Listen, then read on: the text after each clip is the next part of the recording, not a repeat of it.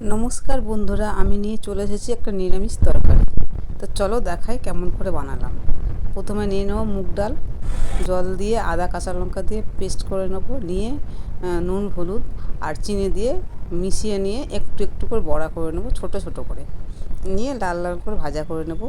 গ্যাসটা আস্তে আছে দিয়ে হালকা লাল লাল করে ভাজা করে নিতে হবে।